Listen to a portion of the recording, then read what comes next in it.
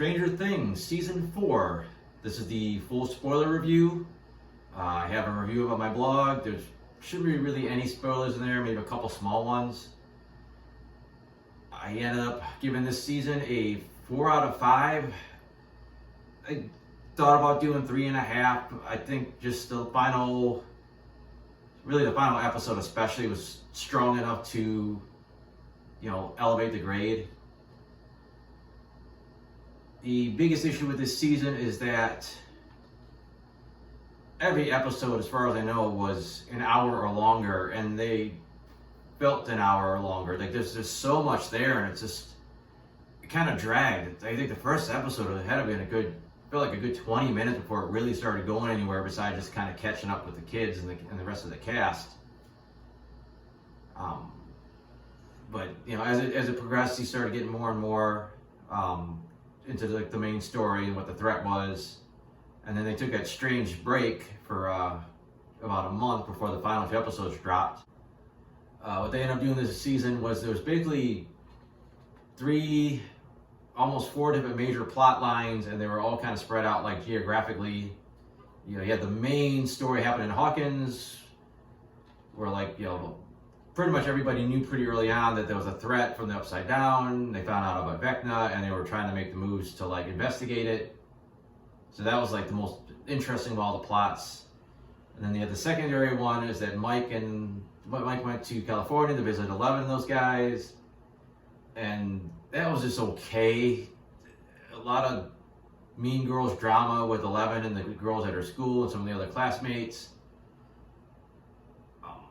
Then that took another detour where 11 went on her own separate thing to get her powers back, and then everybody else initially was just kind of doing nothing until they decided they needed to pick up, find 11.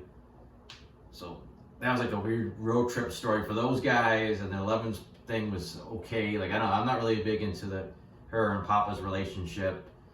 We got some pretty, informative flashbacks from her sequence, but it wasn't nothing that spectacular. And then there was another storyline where Joyce went to rescue Hopper from Russia, and that was really convoluted, because then you're cutting back between not only Joyce and them going to rescue him, but also Hopper's actual storyline, what he's going through, and him trying to make his moves to get out of there. Then that thing took a whole crazy detour where Yuri screwed them all over, and they were going to be taken prisoner, and the whole thing turned into this total clusterfuck, which is fine, but none of that seemed to have anything to do with the main story. 11 getting her powers back. Having a superhero on your side is going to be important later on. The kid's going to get to 11, it's mildly important. You figure they have to get her so they could get her back to where she needs to be.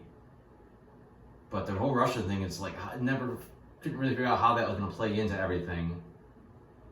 And that was even all the way up to the final episode. I still couldn't figure out what they wanted to do with these characters and how they were going to get this to tie all together.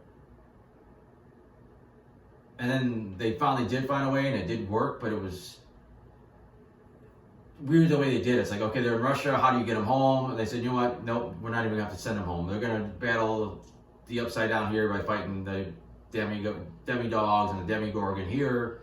And then they did a whole side thing where 11 wasn't going to be able to get back to Hawkins in time, so now she had to go into Max's mind and help fight. So it was just kind of weird how even though it was time to come together, they didn't physically come together, even though they did all work together. It was kind of weird way to bring it all together, but I think in the end it worked. I think the other problem with the season is, especially getting at the end, you could tell that they were holding back.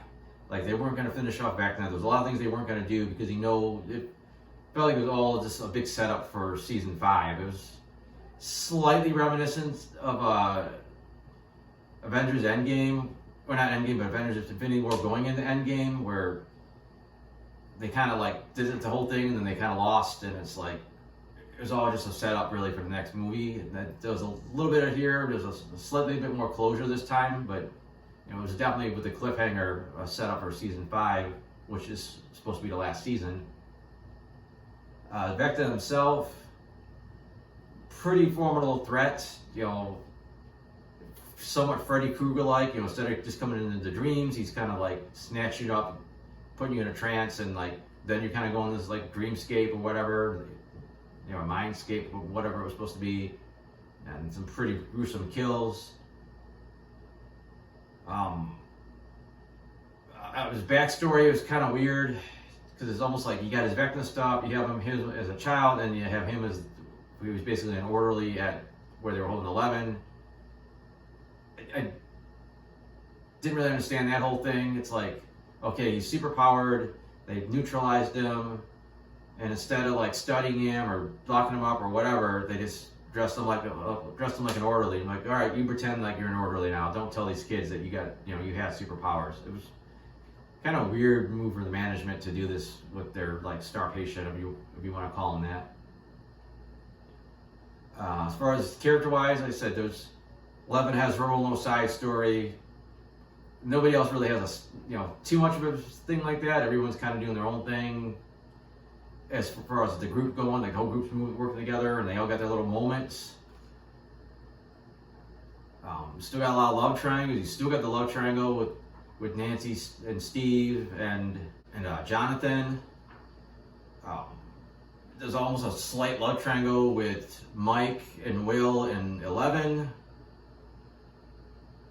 And you just kind of got the romance on the rock just between 11 and Mike, and also with Lucas and Max. But either way, like I said, everyone gets a moment to shine. The acting is phenomenal. Everyone gets a chance to really knock out of the park when they're up the bat, and especially in the last episode, like they really nail the emotions on everything. Just this family, especially when everyone reunites, like you really feel that connection again, and that's what it's at its strongest. New character-wise, the whole basketball team, nothing special with those guys. They were just a mini threat. I don't think they really needed them that badly in the finale. It was just something to kind of make Lucas's job harder. I thought Eddie was an awesome character. Really sucks that they killed him off this season. I would like to see more of him. Argyle was okay, just the kind of goofy comic relief. If you keep him, I can't say the character being anything beyond comic relief. I don't know how you flesh that character out at this point. And then all the people in Russia were just okay, like they were helping Joyce and Hopper. Vecna, pretty cool design. I think sometimes in the stronger lighting it looked a little weak. But the close-ups look really, really good. It's practical, but they also had some CGI to enhance it. Upside Down has always looked really cool. The demi-dogs and the demigorgons still look really good. You can still definitely tell it's CGI, but it still looks good. The demi-bats, they're a decent addition. It's like one minute they'd be like pretty tough, and the next minute they were kind of easy to kill. So I don't know. They just had like a swarm of them. Again, it was just kind of another obstacle. I did like I guess it was supposed to be inside Vecna's mind, where it was all red, and you had like the clock floating around and remnants of his house. I thought that was a pretty cool looking visual. But really, overall, the show was enjoyable. It was just way too long. I think you could have cut it down considerably, kind of help the flow go a little bit. I don't think you lose anything too major. I really kind of wish they weren't setting up so heavily for part 5, because it just left a little unsatisfying. The final battle with Vecna was unsatisfying. Like 11 didn't really do that much to him, and they just kind of set on fire on the other side. And I said it was a little underwhelming, just because they were trying to save him for later. And instead of setting up a new big bad next season, they're just going to roll over Vecna apparently. But other than that, let me go through my notes, see if there's anything worth mentioning about the different episodes. They had I think it was in the first episode, they showed 11 when she was younger, which the effect was okay, putting her face on the little kid to make it look like it was her as a child. But it seemed like they've been inconsistent about how many kids were at this lab with her that had superpowers as well. And I never really believed that 11 slaughtered all of them. It just seemed like there was something else to it, so I didn't really buy that red herring. It sucks because everyone just keeps getting older and older, so the actors look so much older now, and in the show they're supposed to be just starting high school, and this is only supposed to be a couple months after the last season, but it looks like, they're so much older, like it's been a couple years. They actually did a pretty good job of, you had Lucas playing the basketball for the championship, and then you had his sister teaming up with the Hellfire Club for the D&D game, and they made them both seem just as exciting, you know, rolling dice for against this, like, you know, little fantasy world game and like a, you know, a high school basketball game. So I thought that was really well done. A little bit of a retcon. Last season when Hopper died, now you see this season there was this sudden moment where he had a chance to run and duck for cover. I could have sworn last season that the United States government showed up and kind of cleaned up the mess, but now they're showing the Russians were somehow able to capture him and take him off. So I don't know. I felt like it was a retcon. The classmate Angela was just a total bitch, and I think we were supposed to feel bad that like 11 went too far and whacked her in the face with that roller skate, but she had that coming. And it seemed like in the 80s, you were a little bit more easier. You could get away with smacking someone in the face with a roller skate than you could in the present day. But 11 still got sent to juvie. It was a little convoluted how Hopper was able to get this message to Joyce. It looked very ransom notice, and it's actually, I kind of like that because in the 80s it was pretty common. You would see these ransom notes where people would cut letters out of, you know, magazines and newspapers to make these notes. So that was a nice callback to the era. Also, like, pretty quickly the kids knew some shit was about to go down, and they already started investigating, you know, what was, you know, the killings and whatnot. I like that they're so proactive. They're like, you know, it's like they're just pros at this point of what's going on with the underground and the upside down and affecting stuff. And then they had that weird, it was kind of weird that after the basketball game, like, Lucas spent like a couple days hanging out in this abandoned restaurant with the basketball team partying. Like, I don't know, it was a weird bender that they kind of went on, and I don't know, just thought the whole thing was kind of odd. They used to stay there for a couple days with these dudes. Just thought it was pretty decent the way Robin and Nancy, you know, made up their backstory. So they get in the insane asylum to see Creel, especially Robin's little speech. It was a little cheesy. It didn't quite seem like it should work, but the way the show was structured, you knew it was going to work, and he was going to let them go down there and see, you know, their star patient. I was a little surprised how much the prison break for Hopper backfired. Like, it looked like it was going to work. I mean, obviously he still had to get back to America, but suddenly them being betrayed by Yuri, and you got Joyce and them got captured, and then the prison guard that was helping them got taken in, and then Hopper got recaptured. So I was actually a little surprised that they did that route. But as I said, as long as the season was, it's like they had to keep padding that storyline, I guess.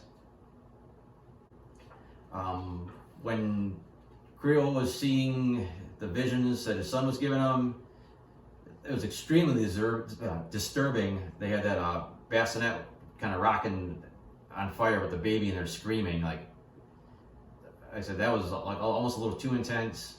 And it's like, I know it's something that he had to live with, and that's why it was, you know, always on his mind. But yeah, that was very dark.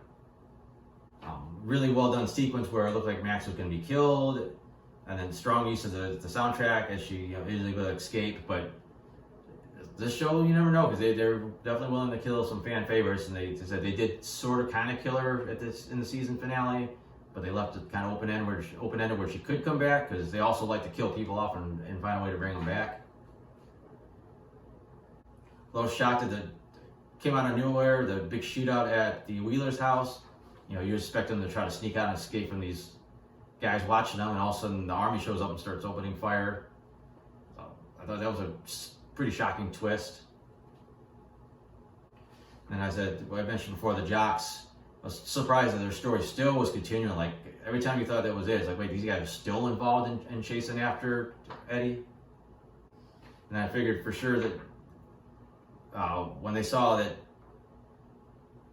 the other basketball player got like killed by Vecna at the lake, figure for sure they were like, okay, Eddie couldn't have done this because this was some out of the world shit. But then he doubled down and assumed that Eddie was like summoning the devil or something.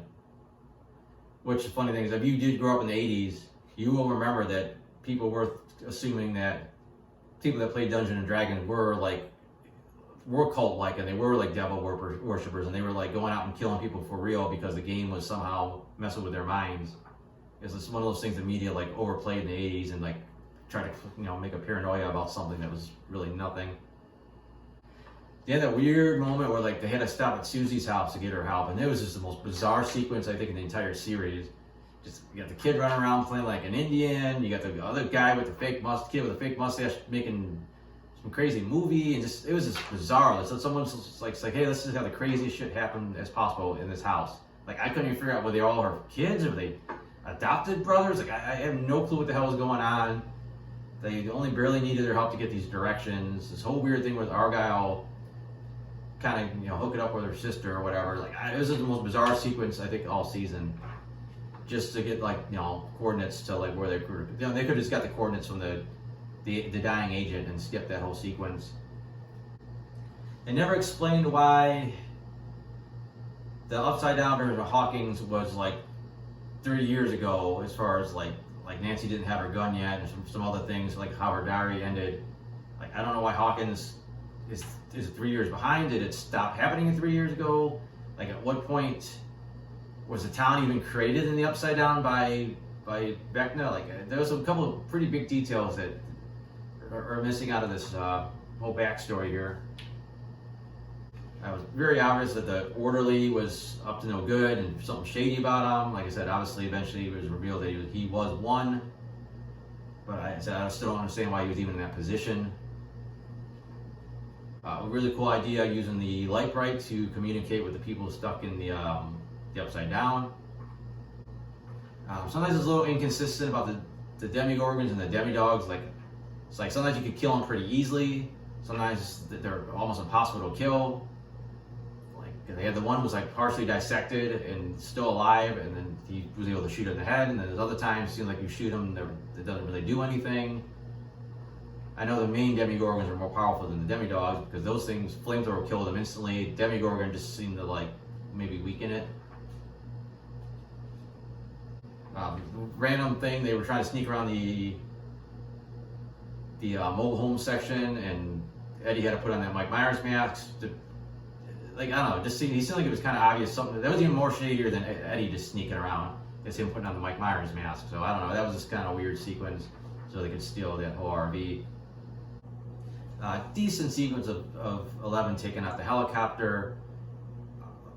I thought it was maybe a little more spectacular than it was. It was a little drawn out and kind of mediocre. And so interesting to see that apparently in the Upside Down there really was nothing there before. It was just a lot of rocks, but the life forms were already there. And I don't know exactly what the mind flayer was initially that he was able to take control. It was a little vague what that was. Was it connected to all the creatures already? Was it a life form? I don't know exactly what that was supposed to mean. Like I said, Eddie's death scene was extremely emotional. Max was as well. And then they had the weird thing where Seven looked like she was going to try to bring her back, and then they had this odd 2 day later time jump. They really didn't show what happened for a long time, and it was she was in this coma, and then 11 started going to her mind, and then we had to wait till way later to see that there was nothing in there. So it was really weird how they did that. I don't know what that was all about. Robin maybe finding a girl that she likes.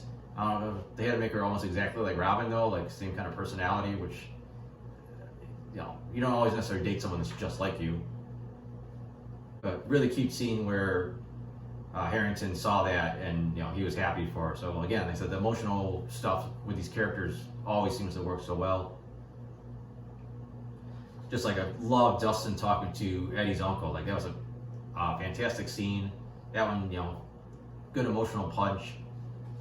At least somebody knew Eddie died, a hero, besides the kids. I'm interested that Will still has some kind of connection to the whole Upside Down Mind Slayer thing. Mind Flayer, whenever he's back in Hawkins. I don't know if it's going to play out more next season, or just more going back to his little early warning, detection system he had. And then really strong. Well, at first it was a little confusing because all the cracks opened up from the Upside Down. There was a nice shot of the one jock getting ripped in half by it, and then all meets in the center of town, and then it kind of stopped. So I don't know if it stopped because Max's heart came back to start beating again, or that was just the plan. It was going to stop briefly before the full crossover. But the final shot, the the snow, whatever it is, from the Upside Down coming down in the real world, and then the plants dying off, and the city looking like, the red lightning and all this stuff coming out. It was a great setup for the end of it. I don't know. That's tough to roll into a new season, because either you start in with like an Armageddon, or you have to dial it back again to like build that back up again. And I think it's going to depend on a lot of how many episodes they got and a few other factors. But like I said, enjoyed it, especially the later part of the season. It was a little bogged down early. There's a big gap of a month wait between the two halves of the season. But other than that, I got the version of this review up with less spoilers. That's on soundofbettermyhead.com. There's other reviews on there. There's my comic strips. So check that out if you want to. And thanks for watching.